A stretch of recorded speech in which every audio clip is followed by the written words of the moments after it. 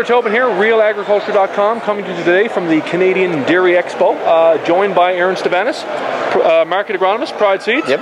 Awesome. Hey, how's the show going? Awesome. Love talking dairy, and I love talking silage, so it's a great show. Lots of people here. Yeah, people talk grain corn. A lot of people talk silage. Yep. They show a lot of dairy farmers looking for tips on selecting silage varieties. When they come up and ask you that question, you know, what's the strategy you give a person looking for a silage hybrid? That's a great question. So first off, there's a lot of talk in the dairy industry right now, talking to the growers I work with, and hearing from their nutritionists is starch. Starch is very important. We're looking at, which is energy. The next thing is digestibility, because really you can have all the starch in the world. If that starch isn't available and not digestible in the ruminant, then it's kind of wasted energy. So digestibility, whole plant digestibility is important. And then finally, looking at kind of obviously yield, tons per acre, but also looking at net energy per acre is really important as well. Now, a lot of talk about, I guess, I hear dual purpose hybrids. And a lot of people come up and say, give me a good silage hybrid. But hey, the power's in the grain. Yep. A good grain hybrid is never to be sneezed at. That's right. And I like the way you say that, the power in the grain, because really if you look at it, 50% of the yield that we get out of that silage plant is actually from the grain. We're looking at like 10 to 15% of actual of that biomass coming from like the leaves. So really the grain is very important. So I want to stress that.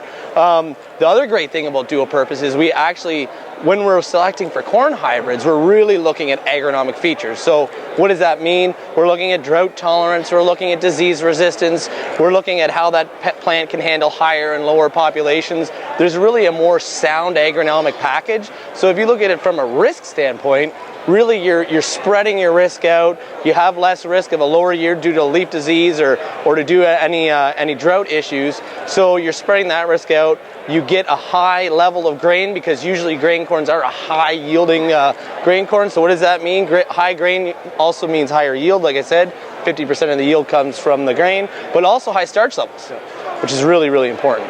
And that, I guess, goes to the next point, energy per acre. Yep. How do you measure, a successful silage hybrid? And it really shows in the milk tank, right? Yep. And that comes down energy. Absolutely. And so really, if you look at it, the only way you can really get energy per acre is having your silage weighed off. So either if you're weighing it, you're lucky enough to have a scale when it's going across the field, and knowing how many acres it is, or even doing a simple silage plot, there's a way you can get an actual relative value of energy per acre. But that's really the best way to do it. You're looking at so if you're looking at your silage analysis, we're looking at starch levels, how high that starch level is for that specific silage variety. The other neat thing about back to the dual purpose side of the starch is, if you look at it, if you can have a grain corn that holds on to it stays green, so holds on to its health, you can actually start receding that milk line. So normally we always look at silage, that half milk line is kind of when you start harvesting. It's kind of a rough rule of thumb that's 35% dry matter. We're looking at it now, if we can keep that plant healthy and green, keep the dry matter up, and actually recede that milk line. Because we are receding the milk line, we're converting more sugars to starch. Yeah. So we're actually getting more starch out of that. So it's actually, some people are actually ratcheting back their heat units, putting it to a plant that stays green longer. We're getting more starch per acre out of it, which means higher yielding silage, and then usually with that, if we're moving it forward as a silage, higher digestibility, more starch available within the diet. It's a win-win. Awesome. Final question for you. I want to talk about what we learned last year about silage, and this goes back to what you talked about, keeping a plant healthy, staying green. Yep. You had some good results in using fungicides in corn. Yep. And it really comes down to that. If you have a variety that maybe doesn't have that natural stay green effect or disease resistance, a fungicide really paid off this year. We kept that, like I said, kept that plant green. We did have a lot of northern corn leaf blight. It was an issue in 2013 and now 2014. Some areas definitely more extreme than others. And the ability to keep that plant healthy longer, once again, extended that grain fill period, more starch per acre, more yield. Now